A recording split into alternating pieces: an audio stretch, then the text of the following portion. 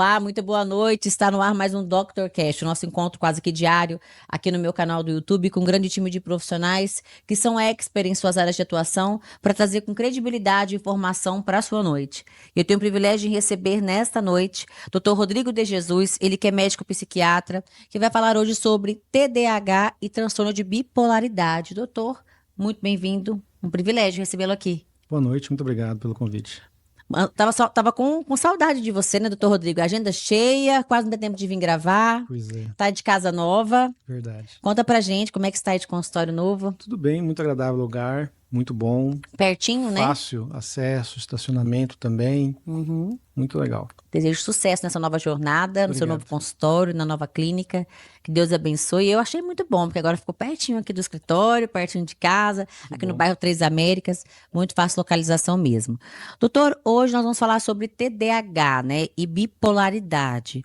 Um mal que acomete muitas pessoas, e eu quero que o doutor comece esse bate-papo definindo, né, o que vem a ser de fato TDAH e o que vem a ser transtorno de bipolaridade. Então, as pessoas confundem muito porque existe uma similaridade nos sintomas, Sim. tá? E existe uma diferença, porque é o seguinte, o TDAH é um transtorno do neurodesenvolvimento, que aparece ali logo na infância da criança. E a bipolaridade não é que ela não vai aparecer na infância, pode aparecer, mas geralmente ela vai aparecer na fase da adolescência ali, entre 15 e 19 anos e 20 e 25 anos, mais ou menos. Então, ela tem essa... É mais frequente nessa faixa etária e não é tão comum nas crianças. Porém, os sintomas muitas vezes confundem. Então, muitas vezes as pessoas com sintomas de bipolaridade acabam achando que elas têm TDAH. E muda totalmente o tratamento. Porque uma coisa você vai usar é você ter transtorno de bipolaridade e você utilizar estabilizador de humor. Outra coisa é você ter um TDAH, transtorno de déficit de atenção e hiperatividade, e fazer uso de psicoestimulante. Se você fizer uso de psicoestimulante na bipolaridade, você vai piorar esse processo. Então é importante a gente distinguir quais são os sintomas ali, para você poder ter clareza de qual o diagnóstico está mais correto. Como que é feito o diagnóstico, doutor? E qual que é a diferença do TDAH em adultos e em criança? Qual que é a diferença?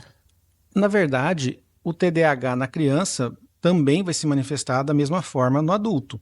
O que vai... Porque o TDAH, o transtorno de déficit de atenção e hiperatividade, ele é um transtorno onde vai cursar muitas vezes com a forma combinada, onde você tem a desatenção e a hiperatividade, ou você pode ter apenas a hiperatividade ou apenas a desatenção.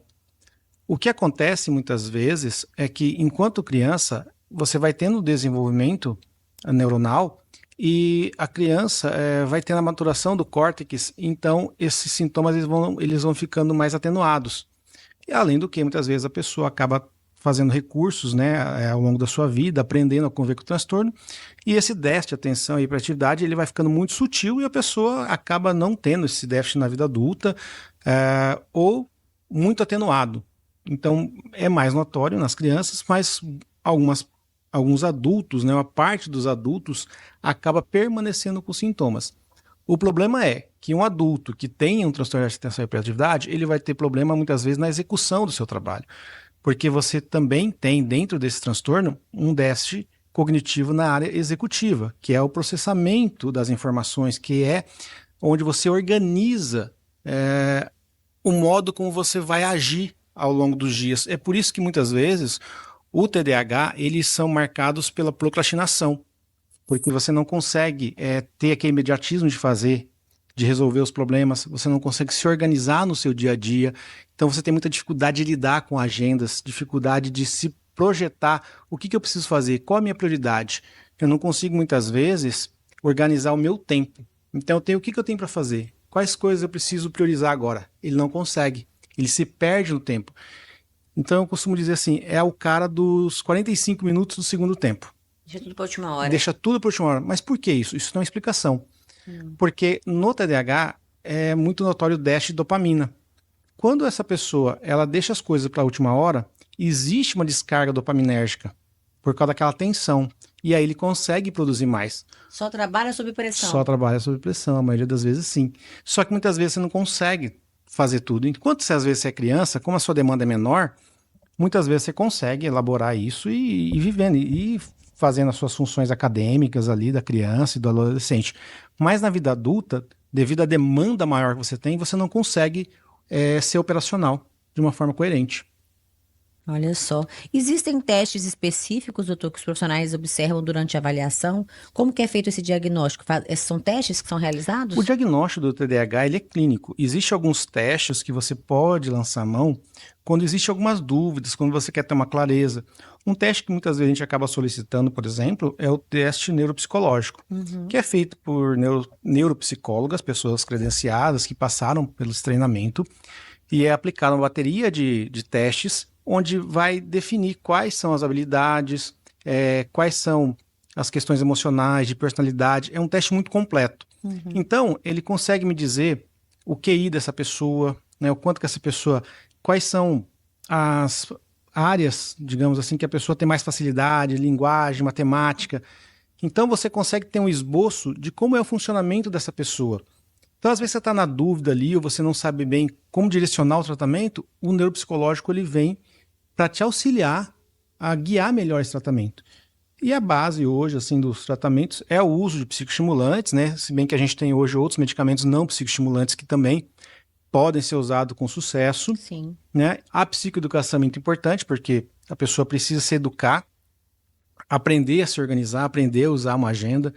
Então, desenvolver essas habilidades executivas. Tudo escrito. Quanto mais escreve, melhor. Ajuda mais. Você se organiza. E a memória de que tem TDAH é boa?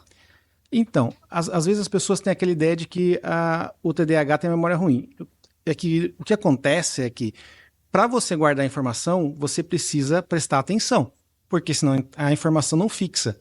Como o TDAH tem essa atenção deficiente, ele acaba não fixando, muitas vezes, por tempo necessário para que você armazene essa informação. Olha e só. aí ela se perde. Então, ela não consegue. Então, muitas vezes, ele precisa fazer um processo de repetição para poder estar guardando aquilo. Algumas pessoas também acabam tendo o que a gente chama de hiperfoco, que é fazer um foco maior num determinado assunto, num determinado trabalho que ela se interesse mais. Então, algumas pessoas com TDAH conseguem direcionar esse foco. Desenvolver mais. Exato, e ele desenvolve mais em determinadas áreas, mas acaba tendo prejuízo em outras. Às vezes no convívio familiar, no convívio social. Não sabe dividir, separar. No trabalho. Então, dentro dos sintomas do TDAH, tem muitos sintomas do TDAH que se confundem com a bipolaridade. Porque a bipolaridade, ele é o quê? Ele é um transtorno de humor. São alterações no humor dessa pessoa. Então, assim, a bipolaridade ela é uma síndrome onde você tem, como o próprio nome diz, bipolar, porque é 2 polos. É transtorno ou é uma síndrome? É um transtorno. Um transtorno, né? O transtorno, mas quando se fala síndrome, é porque é um conjunto de sintomas e sinais. Então, isso a gente chama de síndrome. Então, quando você fala na bipolaridade, eu tenho a depressão ou a fase de mania.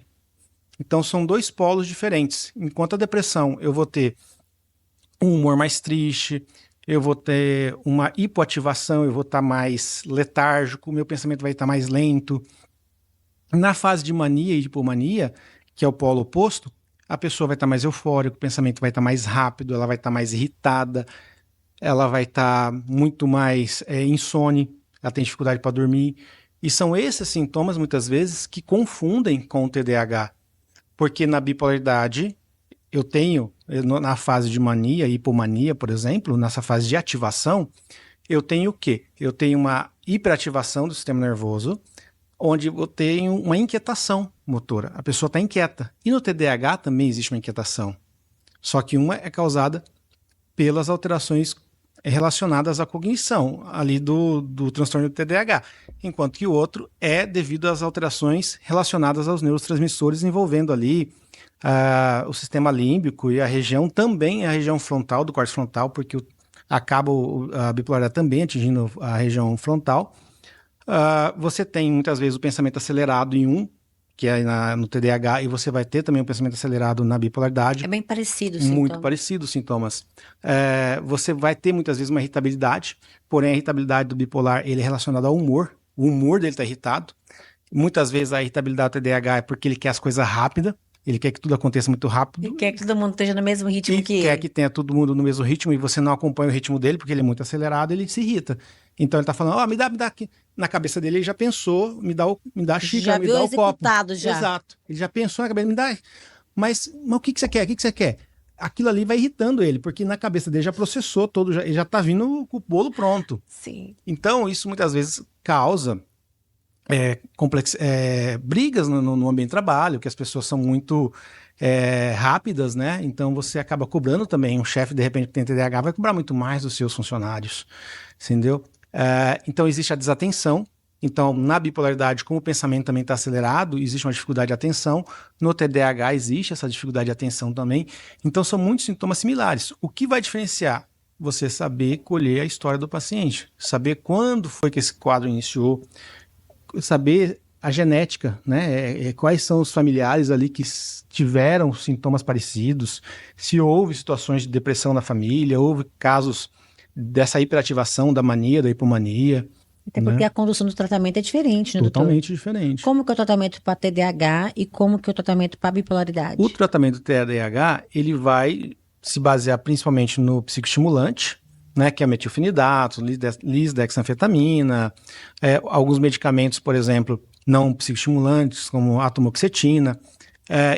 Também fazer a psicoeducação, que é o treinamento de habilidades que você vai fazer junto com psicólogos, psicoterapeutas, né?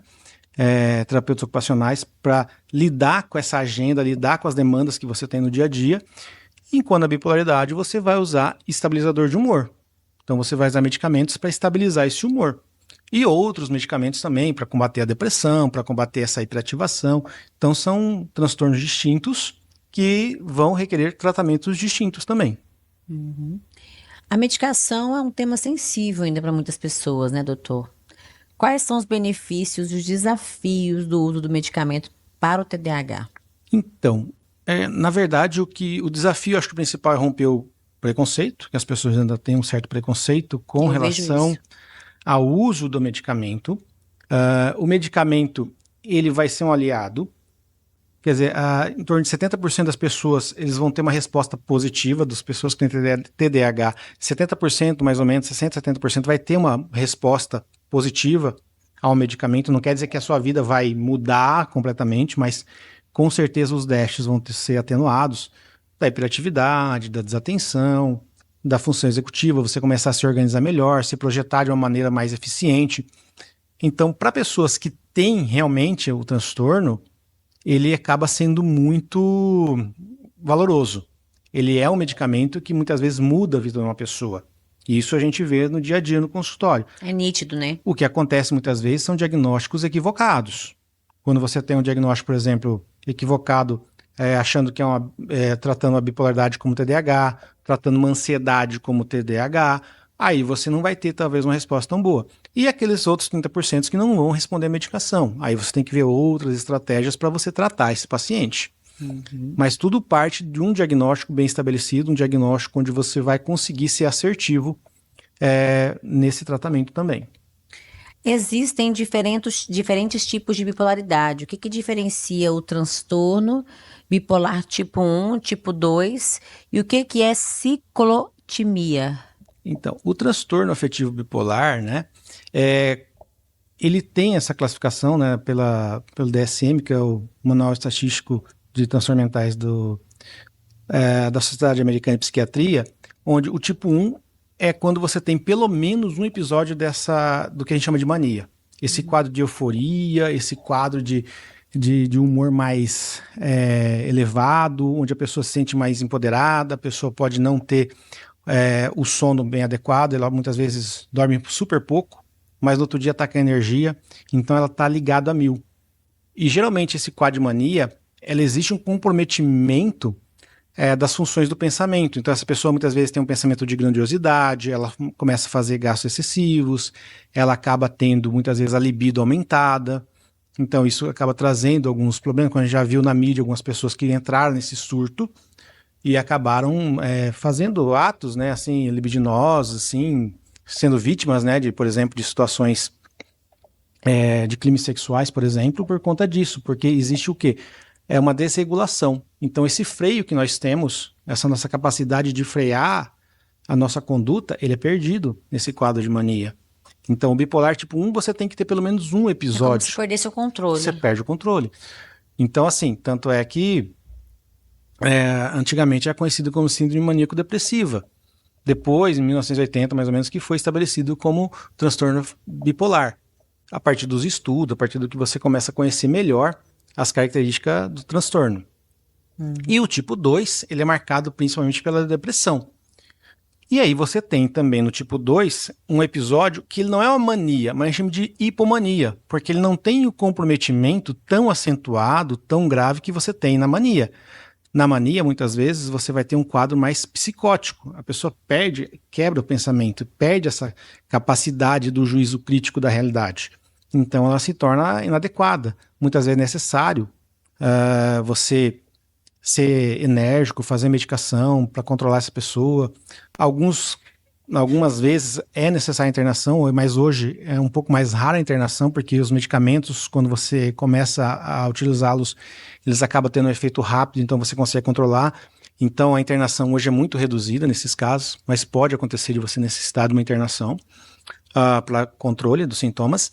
E o quadro depressivo da bipolaridade tipo 2, ela vai ter geralmente os episódios depressivos marcantes, né? Com aquela hipoativação, a pessoa está deprimida, com pensamentos muito negativos, e você pode também ter quadros que a gente chama de hipomania, que é uma hiperativação, a pessoa não dorme, a pessoa fica mais acelerada, fica mais inadequada, mas não chega a ser tão grave como a mania. Então a pessoa consegue conviver melhor.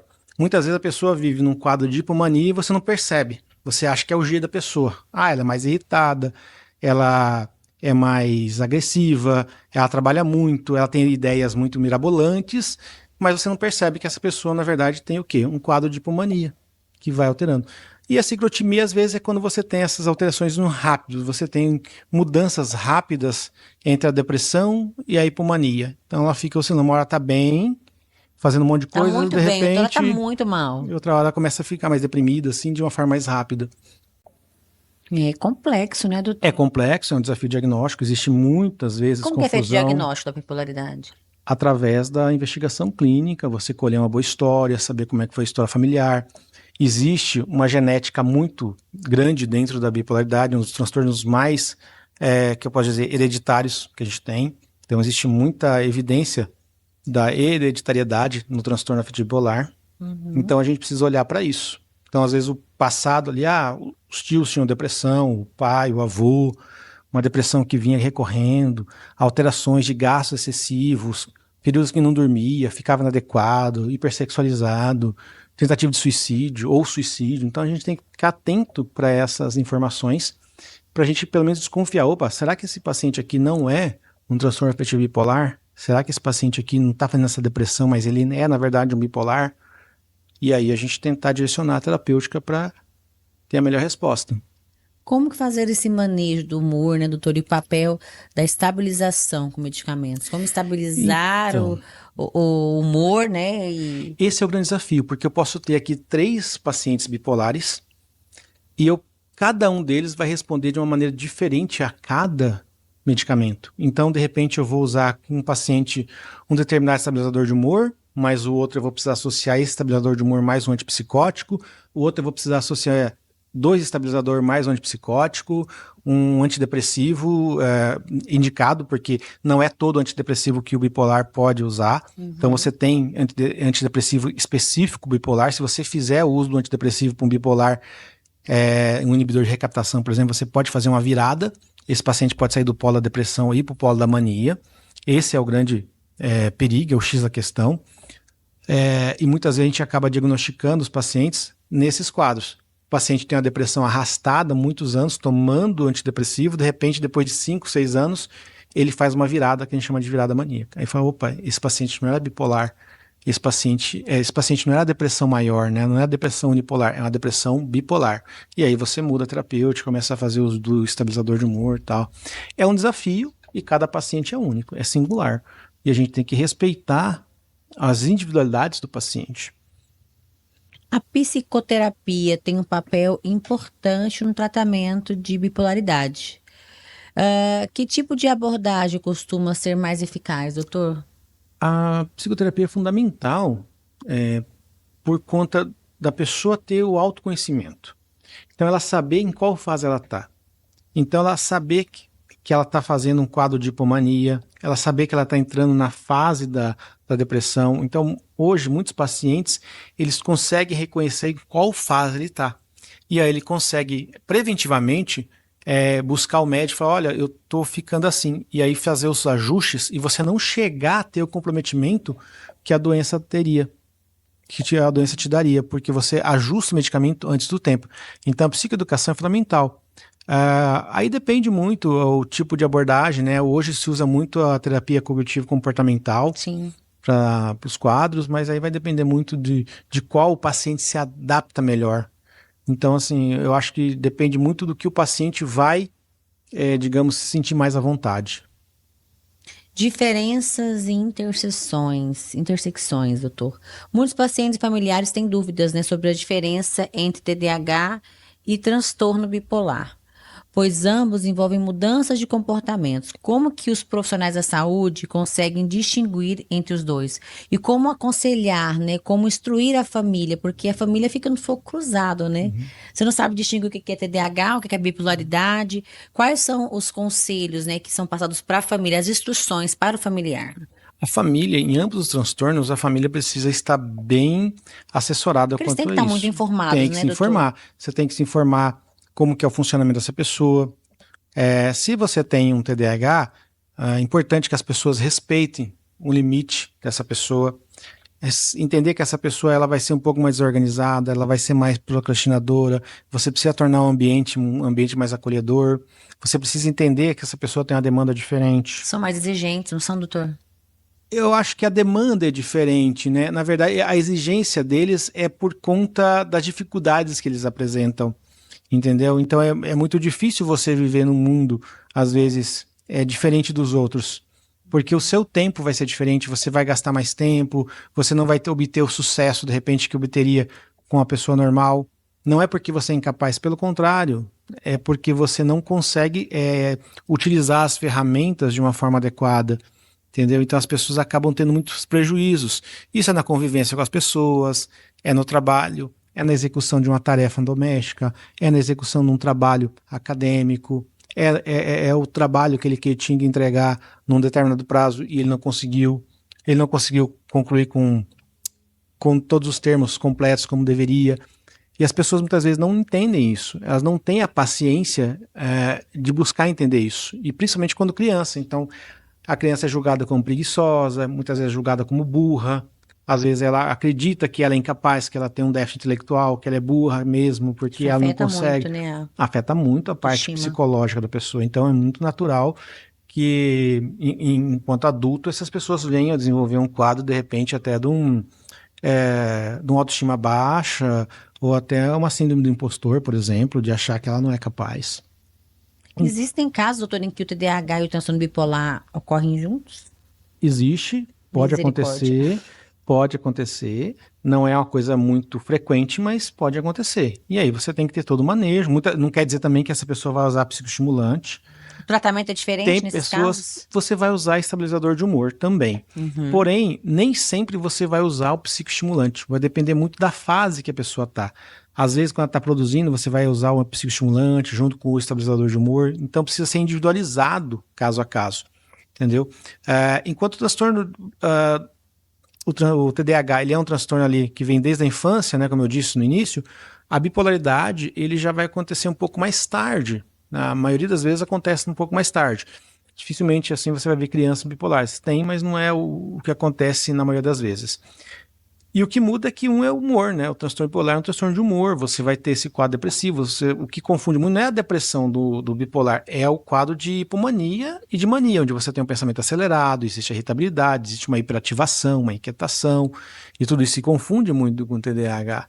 Entendeu? Então as pessoas acabam sempre, como existe muita informação mais voltada para o TDAH, as pessoas acabam achando, não, isso aqui é TDAH. E aí acaba correndo em erro. Se a gente compra esse diagnóstico, é TDAH e pronto, não, é TDAH e já eu não investigo, eu não faço uma anamnese bem feita, eu não procuro buscar a história clínica desse paciente, eu vou acabar comprando a ideia. Não, realmente é TDAH e pronto. TDAH e bipolaridade na vida cotidiana. Ambos os transtornos podem impactar a vida cotidiana, doutor, de forma significativa. Como que o TDAH e o transtorno bipolar, afetam as áreas do trabalho, do estudo e até mesmo a vida social desses pacientes? O TDAH, como eu disse, ele vai ser aquela pessoa que vai deixar para depois, vai ser aquela pessoa que vai ter uma autoestima mais baixa, Procrastinador. que vai ser mais procrastinadora, muitas vezes não vai conseguir entregar as tarefas no prazo, vai ter dificuldade para lidar com mais de uma tarefa ao mesmo tempo, enquanto que o bipolar, se ele estiver na fase depressiva, ele vai ser aquela pessoa que vai ter dificuldade de sair da cama, vai ter dificuldade de trabalhar, vai estar deprimido. Se ele estiver numa fase ativada, na fase da mania e da hipomania, a mania é muito fácil, porque a pessoa sai totalmente fora da casa. Você consegue perceber, qualquer um percebe a pessoa quando está em mania. Agora, a hipomania não.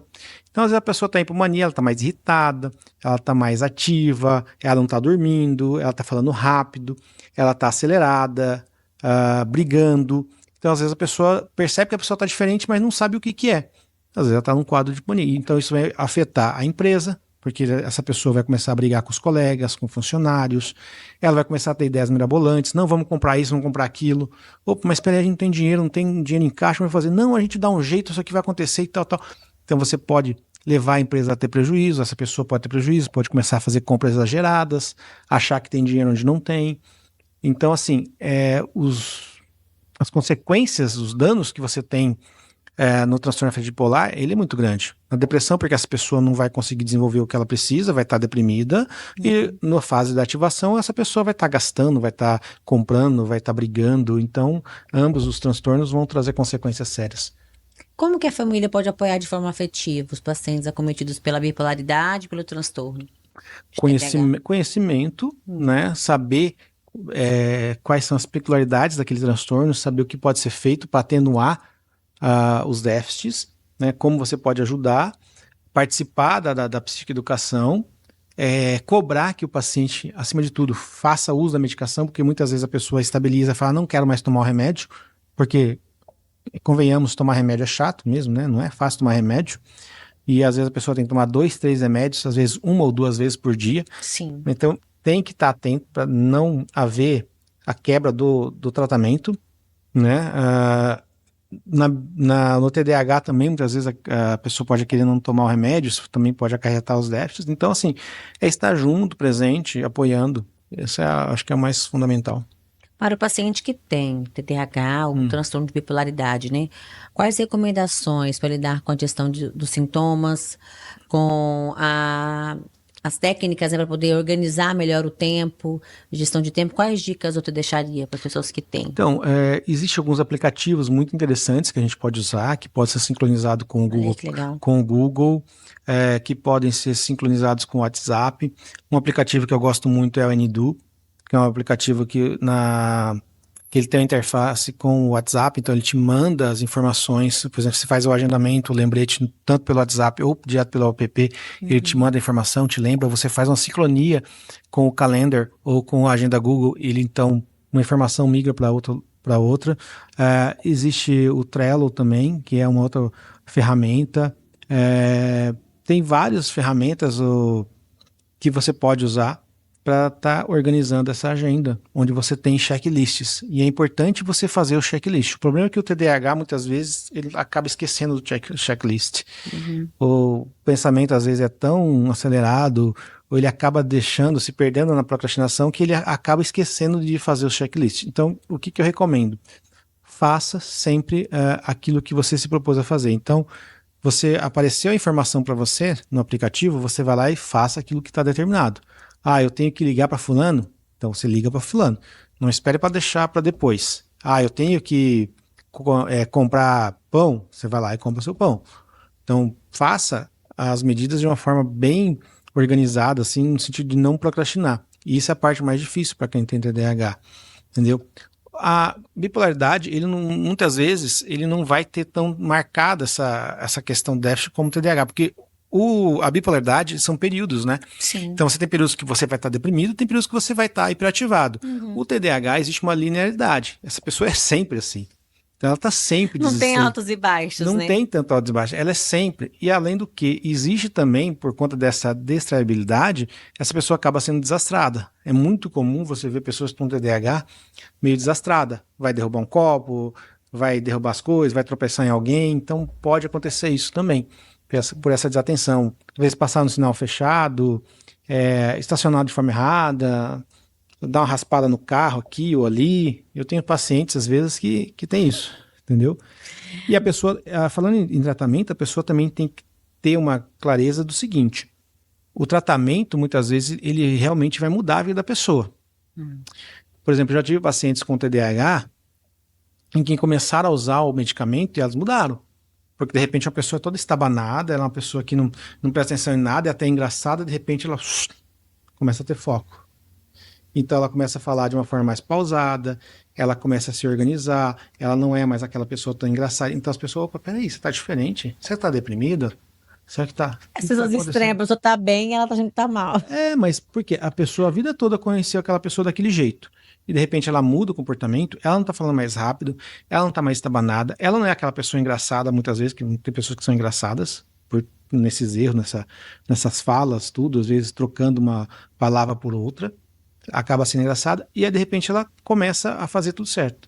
Então é importante que a pessoa também esteja preparada para a mudança, e a psicoeducação também vem para isso, para que prepare essa pessoa para essa mudança. Porque se ela está buscando tratamento, é porque aquele transtorno está impactando a vida dela negativamente. Porque se não tivesse, ela não iria procurar o médico. Com certeza. Então, se ela está se propondo a tratar, é porque existe algo negativo que precisa ser combatido. E ela tem que estar preparada também para essa mudança. Porque senão ela vai achar, nossa, eu estou diferente, está todo mundo me estranhando, tal. Então ela precisa estar preparada para isso também. E para as críticas que virão, né? Vem para os dois Exato. lados. Vem quando você é demais, vem quando Sim. você controla. Alimentação e bem-estar. Sabemos que hábitos saudáveis podem ajudar muito na qualidade de vida de quem tem TDAH e bipolaridade. Que papel o estilo de vida, doutor, e a alimentação, aliados com o exercício físico, tem no tratamento para quem tem TDAH e bipolaridade? Então, a atividade física ela é mandatória, né? Tanto para TDAH quanto para bipolaridade. Porque você vai conseguir organizar bastante ali a parte mental ali, né? Aquelas funções ali, em auxiliar essa pessoa, digamos, né? Produzindo também neurotransmissores, não de uma forma tão efetiva quanto o medicamento, mas vai auxiliar, por exemplo, na produção de muitos neurotransmissores, endorfinas, etc. Sim. A alimentação também, porque vamos supor, se eu sou TDAH, é muito comum TDAH tomar muito café. Porque o café acaba também fazendo aquela estimulação ali e acaba melhorando um pouco o foco. Então muitas vezes você vai ver o TDAH tomando muito café. Então às vezes só que o café demais também é nocivo, porque você, a partir do momento você começa... Afeta o sono, né, doutor? Afeta o sono, afeta a ansiedade, você começa a ter quadros de ansiedade. Então tudo tem que ser no equilíbrio. Então se o cara também tem uma bipolaridade, você pode começar a ter comprometimento com isso. Você começa a tomar muito café, altera seu sono. O bipolar é muito reativo ao sono. Então, por exemplo, o estresse de uma noite de sono mal dormida para um bipolar pode ativar um quadro de hipomania. Então, ele, de repente, ele é bipolar, está convivendo muito bem com o transtorno, está tudo certo, de repente ele teve um estresse e não dormiu a noite toda, né? Aquele estresse gerado pela privação do sono, ele vai impactar, porque a gente se impacta. Imagina a gente, uma noite mal dormida, a gente fica mal-humorado no outro dia, a gente fica cansado, não é a mesma coisa. Só que essa pessoa que é bipolar, ela é muito mais sensível do que as pessoas que não são. Então, enquanto as pessoas não são, elas vão ter uma irritação leve, essa pessoa vai estar muito mais irritada. Tudo ela é vai mais potencializado. Tudo mais potencializado. E a alimentação saudável, ela vai também colaborar no sentido do equilíbrio, né, do organismo para dar o substrato necessário para que você consiga ter uma saúde saudável e equilibrar os neurotransmissores também. Doutor, existem alimentos ou suplementos recomendados para melhorar a concentração ou humor? Existem alguns suplementos que podem ajudar, né, a melhorar, por exemplo, ômega 3, ajuda às vezes na memória, alguns polivitamínicos, mas assim, são coisas assim que vão auxiliar, Não é aquela coisa assim milagrosa. Vai e as trazer pessoas a vão cura, achar não. que nossa, eu vou tomar isso aqui e agora minha memória vai ficar ótima, não sei o que e tal. Entendeu? Muitas vezes as pessoas têm déficit de memória muito associado a um burnout, associados ao estresse, por exemplo, uma sobrecarga de trabalho, uma noite mal dormida. Tudo isso vai levando também uma sobrecarga e alterações da memória, capacidade de fixação. Uhum. Mensagens finais, né? Vamos lá, doutor Rodrigo. Para encerrar com chave de ouro essa participação, acho que foi bem explanado aqui o que vem a ser o TDAH e a bipolaridade. O doutor conseguiu definir bem, né, cada transtorno e também trazer aqui um pouquinho das diferenciações, porque de fato são bem parecidos os sintomas, né? São. Que mensagem o doutor deixaria para para quem está nos acompanhando agora, que está lidando com TDAH, ou que tem algum familiar que esteja passando pelo problema, ou até mesmo transtorno de bipolaridade? É possível viver bem com TDAH e com transtorno de bipolaridade? Com certeza. Olhando para aquela câmera ali. Com certeza. Tem muitas pessoas famosas que nós conhecemos que têm bipolaridade, que conseguem conviver bem com o transtorno, pessoas que têm TDAH e que convivem bem com o transtorno. O que precisa é conhecimento, buscar a ajuda necessária, se você precisar tomar o medicamento, fazer uso do medicamento, claro, com orientação do profissional, para que saiba qual medicamento você vai usar. Como eu disse, cada pessoa é única, é singular, então, de repente, o que o seu vizinho toma, se ele tem o mesmo transtorno que ele toma, de repente não é o que você vai tomar. Então, existe uma particularidade de cada um. Então, busque informações sobre os sintomas, sobre o que você está sentindo e a orientação de um profissional para que você possa ter o diagnóstico assertivo e faça o melhor tratamento. Eu acho que o primeiro passo, o mais importante, é não ter preconceito de procurar ajuda, né, doutor? É procurar ajuda médica, é ser acompanhado, porque Com certeza. essas doenças, se não tratadas, elas podem evoluir para outros quadros, não podem, doutor? Com certeza. Na verdade, quando eu estou falando aqui, eu até me esqueço que as pessoas têm esse preconceito, porque eu acredito que as pessoas estão aqui justamente rompendo esse preconceito. Então, elas vão já rompendo essas barreiras. Então, ela está identificando um problema, ela vai buscar ajuda para esse problema. Com certeza. Doutor Rodrigo, você que é muito atuante nas redes sociais, sempre tem conteúdo, eu vejo que você sempre é muito preocupado em trazer informação. Até porque eu acho que a informação, ela salva vidas, ela desmistifica muitas coisas, né? Rompe alguns paradigmas, algumas barreiras e quanto mais informação as pessoas têm, mais acesso à ajuda elas têm também. Qual que é o seu Instagram, doutor? @Dr. Rodrigo de Jesus. Você agora está pertinho aqui de nós, né? Isso. Plaza América, correto? Correto. Qual que é a sala do seu consultório, doutor? Sala 19. Eu espero você aqui muito breve. Não demore a vir aqui. É sempre muito bom receber você. Obrigado. Os temas que a gente traz para abordar na sua área da psiquiatria são temas de suma importância. Nós vivemos aí uma geração de muitas doenças mentais e transtornos, né, doutor? E é muito válido a gente abrir esse canal aqui para trazer esse tipo de informação. Eu acho que muita gente é ajudada, até mesmo salva com essas informações, né, doutor? Com certeza, tanto é que você vê o sucesso que o seu programa está hoje, né? Graças a Deus, Por conta disso, por conta da informação. Você está levando informação em diferentes campos da saúde e isso está ajudando muita gente e o reflexo disso é o sucesso que está acontecendo. Amém, doutor. Muito obrigada. Que Deus te abençoe nessa nova fase, no seu consultório. Vocês que nos acompanharam, eu falo sempre que a informação ela só começa aqui. Agora é com você. A missão de compartilhar, de replicar essa informação, de fazer com que mais pessoas possam ser ajudadas, assim como você pode ser ajudado nessa noite. Eu espero vocês amanhã, nesse mesmo horário, com mais um convidado muito especial aqui no Dr. Cast. Até lá.